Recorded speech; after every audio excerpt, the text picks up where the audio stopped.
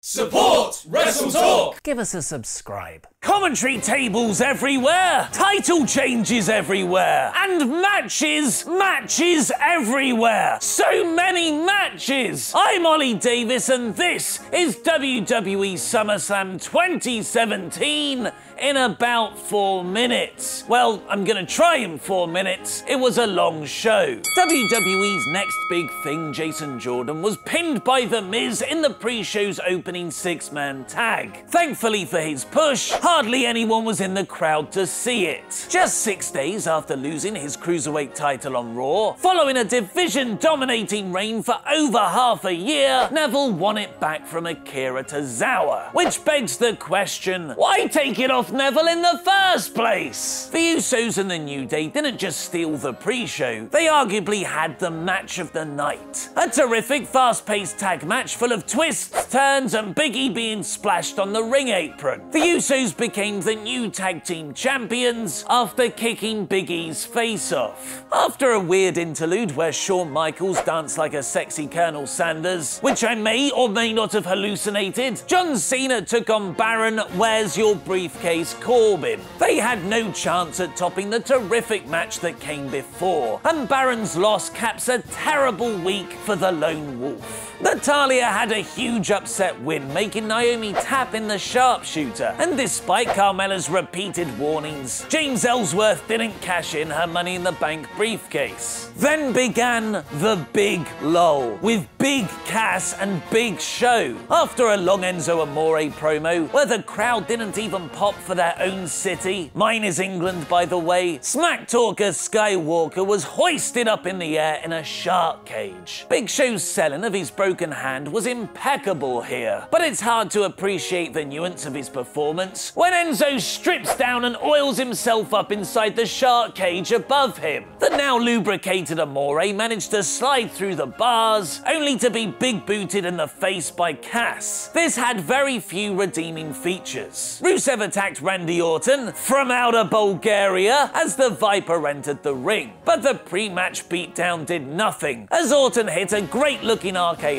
as soon as the bell rang, winning the match in just 10 seconds. It was a fun angle. It's just a shame it came at Rusev's expense. Despite entering the ring cosplaying as that thing from Jurassic Park, Sasha Banks made Alexa Bliss tap in a pretty good match, marking our first babyface title change. But hopefully the boss isn't a babyface for long. She'll have a returning from injury Bayley to answer to soon. Finn Balor then took on Bray Wyatt in a battle of the entrances, which the Demon most definitely won. He also won the actual match, which was pretty similar to their Raw encounter 6 days prior, just with more body paint. At 4 hours into the show, there's only so long the human attention span can resist inflatable beach balls. So when one was introduced, Beach Baller Mania inevitably ran wild. In a moment of ingenious spontaneity though, Cesaro ran into the crowd and ripped the beach ball to shreds. All of a sudden, the crowd were rejuvenated, completely invested in the fantastic culmination of Dean Ambrose and Seth Rollins' couples counseling, where they became the new Raw Tag Team Champions. In a way, we should thank the beach ball. Despite AJ Styles and Kevin Owens doing the actual wrestling, special guest referee Shane McMahon managed to sweat more than both men combined. Eventually, McMahon became a sweaty foreign object, being used by Owens to hit Styles at every available opportunity. But his dastardly plan backfired, with McMahon pushing back, playing into KO's loss. This was the night's first title retention. Jinder Mahal is really good at facial expressions. Shinsuke Nakamura is really good at being weird. So smartly, the opening of this match was based on those strengths. It was a good strategy, giving the match a slow, steady build. The problem is the payoff never came.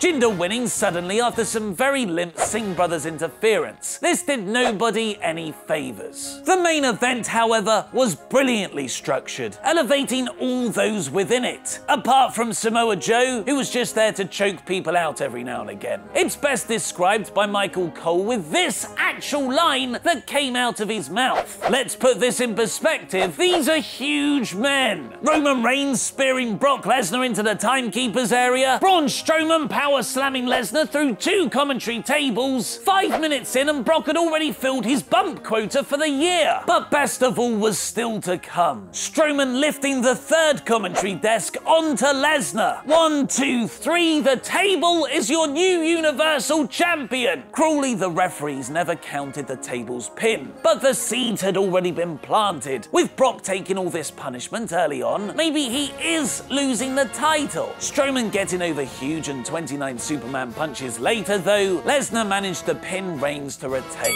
So that was this year's SummerSlam in about 4 minutes. Here's Raw's ratings recap from top to bottom, in awe, core, average, poor, and bore. I'll reveal my rating very shortly, but first, vote in the poll above my head to give yours. I'll announce the results in tomorrow's WrestleTalk news. SummerSlam was long, with good matches few and far between. The main event and both tag team matches were incredibly good, but that's only 3 out of 13. The others range from solid TV matches to poorly thought out angles, like in Rusev and Orton, Big Cass and Big Show, and Jinder and Nakamura. That's a lot of filler to sit through, and not befitting of one of WWE's biggest shows of the year. SummerSlam 2017 is poor. What about 4 other SummerSlam disasters? And what was the real reason Rob Van Dam lost the WWE Championship? Click the videos to the left to find out, press subscribe, and support WrestleTalk on Patreon. I've been Ollie Davis, I'm gonna get some sleep now, and that was wrestling.